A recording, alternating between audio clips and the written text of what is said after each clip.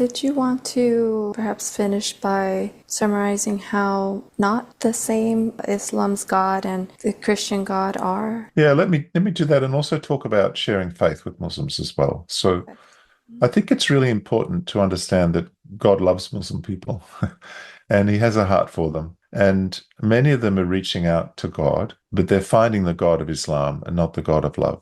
And I think many are longing for a more personal relationship with God. So the God of the Quran of Islam is impersonal and distant, and he's a God who commands rather than a God who relates. Islam doesn't offer knowing God. It offers knowledge about God, but not a personal knowledge of God. And I think one of the best things you can offer to your Muslim friend is testimony of your personal relationship with God, the God who answers prayers, who shows up in your life, who you have a personal connection with. The God of the Quran is not faithful in the way that the God of the Bible is, not necessarily loving. He's not a saving God. He's more just a judging God. And yeah, it's very, very different. I wanted to also just mention that today more Muslims are turning to Christ than at any time in history. So it's a really wonderful time to be sharing faith. There's many reasons for that. One is that Muslims have become disenchanted with Islam. It's harder in the modern world to just accept what you're told, because there's other alternative sources of information. And all across the Middle East, there are people wanting to leave Islam. Some have become atheists in their heart, but not necessarily telling people around them. Many of the refugees that fled from Iraq and Syria have turned to Christ because they've said, if that's what Islam looks like, if ISIS represents Islam as they claim they did, then we don't want anything to do with that. So, I mean, I've been involved in leading a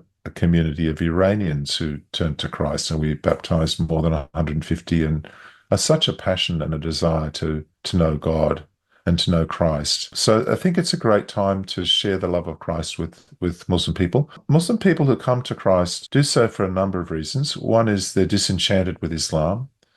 Sometimes they don't like Islam's picture of God. They want a loving, personal God.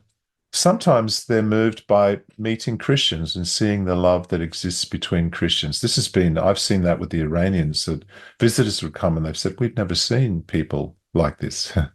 And that can be really touching instead of being very suspicious of other people and not feeling safe with other people, which is common in Iran. They could see a community of people who trusted each other and loved each other, and that's very compelling for them. Sometimes people get to know the Jesus of the Gospels, and that moves them really deeply.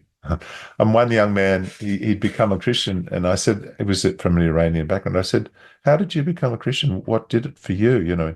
He said, I read a verse. I said, oh, what's that verse? I'd love to know that verse. And he said, well, it's the verse that says that if a man looks at a woman lustfully, it's as if he's committed adultery with her. And he said, I'd never heard anything like that. He said, I had to follow him.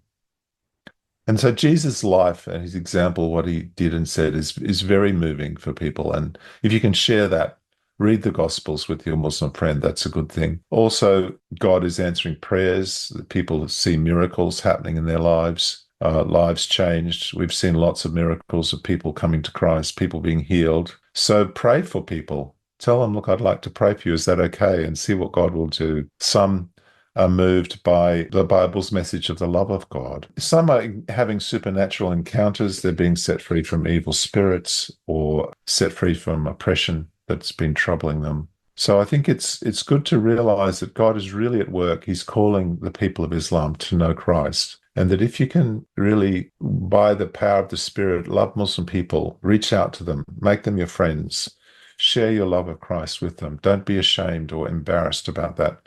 Muslims are often really happy to talk about God. They don't have the kind of Western cringe factor of, trying to keep their faith private. So when you connect with Muslim people, be open with them, share your faith and show them what it is to live a Christian life. Another thing I'd suggest too is that as this session is about, inform yourself about Islam, understand it better, because the more you understand it, the easier it will be, I think, to share Christ with people.